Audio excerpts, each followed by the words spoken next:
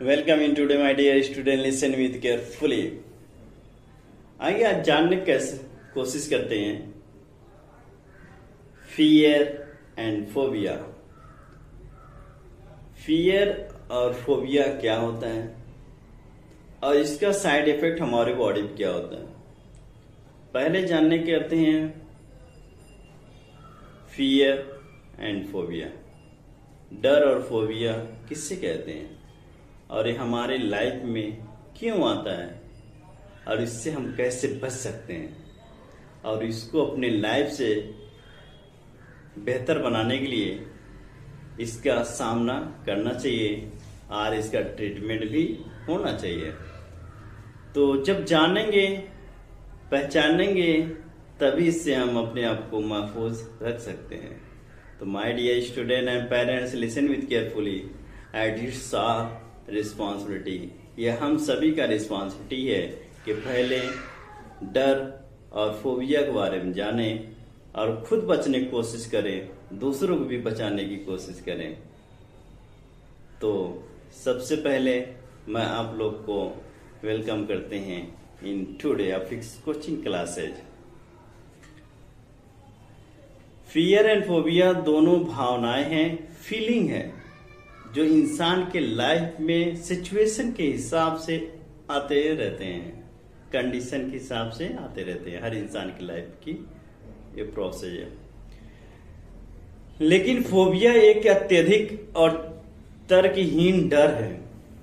मतलब सबसे ज्यादा हमारे बॉडी को इफेक्ट करने वाला है फोबिया। अगर फोबिया हमारे अंदर ज्यादा दिन तक रहता है तो हमारे बॉडी पे साइड इफेक्ट हो सकता है। अंडरस्टैंड? और फोबिया किसी वस्तु, स्थिति या गति से संबंधित हो सकती है, लेकिन डर एक सामान्य भावना है जो खतरे का सामना करने पे महसूस होता है। ये नेचुरल है। हर इंसान को जब तरक्की करता है, कुछ नए चीज सीखता है या सीखने की कोशिश करता है, तो उसको सामने एक बार फियर आना लाजिम होता है। एक बार वो डरता है और डरने के बाद फिर उसका जब सामना करता, फेस करता, अपने अंदर कॉन्फिडेंस रहता है, तो इंसान उस डर से आगे निकल जाता है, तो डर खत्म हो जाता है। लेकिन वही इंसान जो अपने अंदर हिम्मत नहीं जुटा पाता है, कॉन्फिडेंस नहीं जुटा पाता, तो डर उसका बरकरार रहता है और डर ही उसके लाइफ का सबसे बड़ा धोखा हो सकता है, या उसके लाइफ पे यूं कहिए कि करेज और हिम्मत को डिक्रीज कर देता है, यानी कम कर देता है। तो फियर से हर इंसान का फेस करना चाहिए, उससे निकलने की कोशिश करना चाहिए, या ऐसे संपर्क में, ऐसे माहौल में जाना चाहिए जहां इन सब की बातों पे डिस्कस किया जाए। उसमें आप अपनी प्रॉब्लम को रखकर अपने आप को बेहतर साबित करके बेहतर बना सकते हैं। जैसा कि टुडे अफिक्स कोचिंग में प्रिपरेशन एंड ट्रेनिंग चल रहा है और इसमें हमेशा आपके बिहेवियर, आपके लाइफ स्टाइल, आपकी जो प्रॉब्लम है उसके सॉल्यूशन देकर आपके लाइफ को बेहतर बनाने की कोशिश की जाती है। तो आप भी अपने आप को बेहतर बनाने की कोशिश की, समझ गए? तो जानने की कोशिश करें। फियर एक स्वाभाविक भावना है, खतरे का सामना करने से पहले महसूस होता है। ये एक सुरक्षात्मक यानी सुरक्षा कवच की तरह होता है। जैसे कि हमें किसी की बचाव में मदद करने से पहले डर लगता है, लेकिन हम थोड़ा सी हिम्मत जुटाते हैं तो उसको बचा भी लेते हैं और डर हमारा फिनिश यानी खत्म हो जाता है।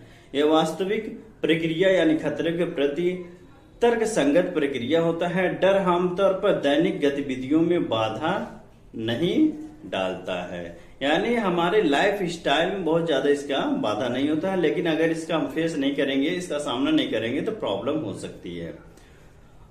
अब जैसा कि यू नो ऑलरेडी, फोबिया एक अत्यधिक तर्कहीन डर है जो किसी वस्तु, स्थिति, गतिविधियों से संबंधित होता है। फोबिया से पीड़ित व्यक्ति को वास्तविक खतरे से कहीं ज्यादा डर लगता है और डर उसकी दैनिक गतिविधियों में बाधा डाल सकता है। फोबिया भी एक डर है, लेकिन सबसे ज्यादा ये इफेक्ट हमारे बॉडी पे करता है। अगर इससे हम निकलेंगे नहीं, इसका सही रास्ता नहीं निकालेंगे या इससे बचने की कोशिश नहीं करेंगे, तो हमारे अंदर ये हमारी बॉडी पे बहुत ज्यादा इफेक्ट डाल सकता है।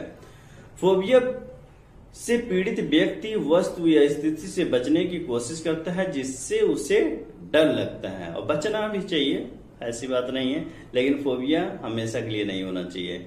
फॉर द एग्जाम्पल, यदि कोई व्यक्ति ऊंचाई पर जाने से डरता है तो यह सामान्य डर हो सकता है, लेकिन अगर ऊंचाई पर वह जाने से इतना डर जाता है कि वह घर से बाहर नहीं निकल पाता है तो यह फोबिया है।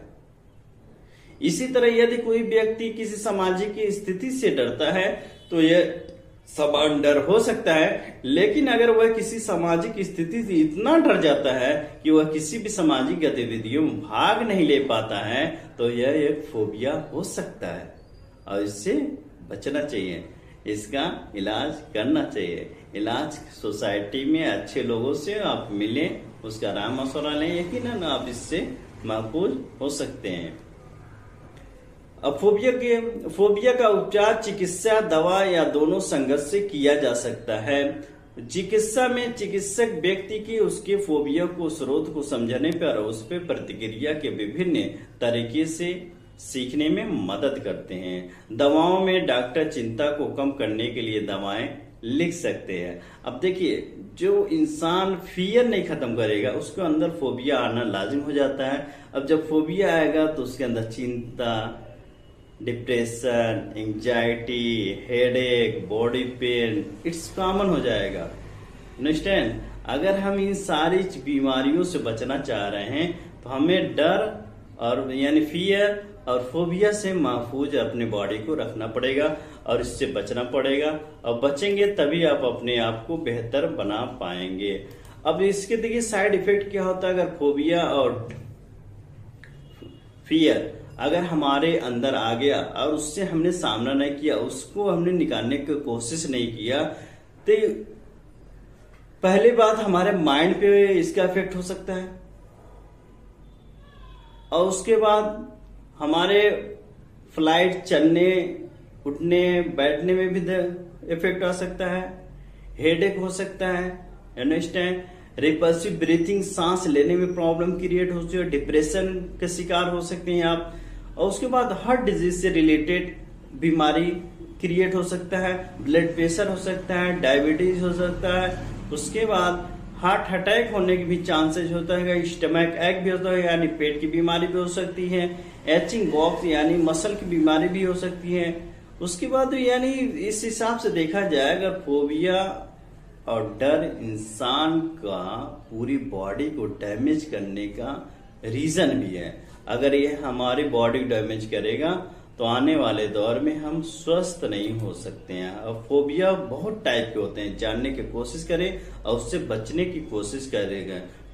अब फोबिया के बारे में थोड़ा जानकारी रख लें। An illness it unnecessary condition, यह अननेसेसरी कंडीशन में आता है। Long term illness, excessive fear to the specific object और इवेंट, नीड ट्रीटमेंट। और फियर का मेन सिम्टम या जान पहचान होती है an emotion necessary for human, temporary, natural response, event, danger read and growth time.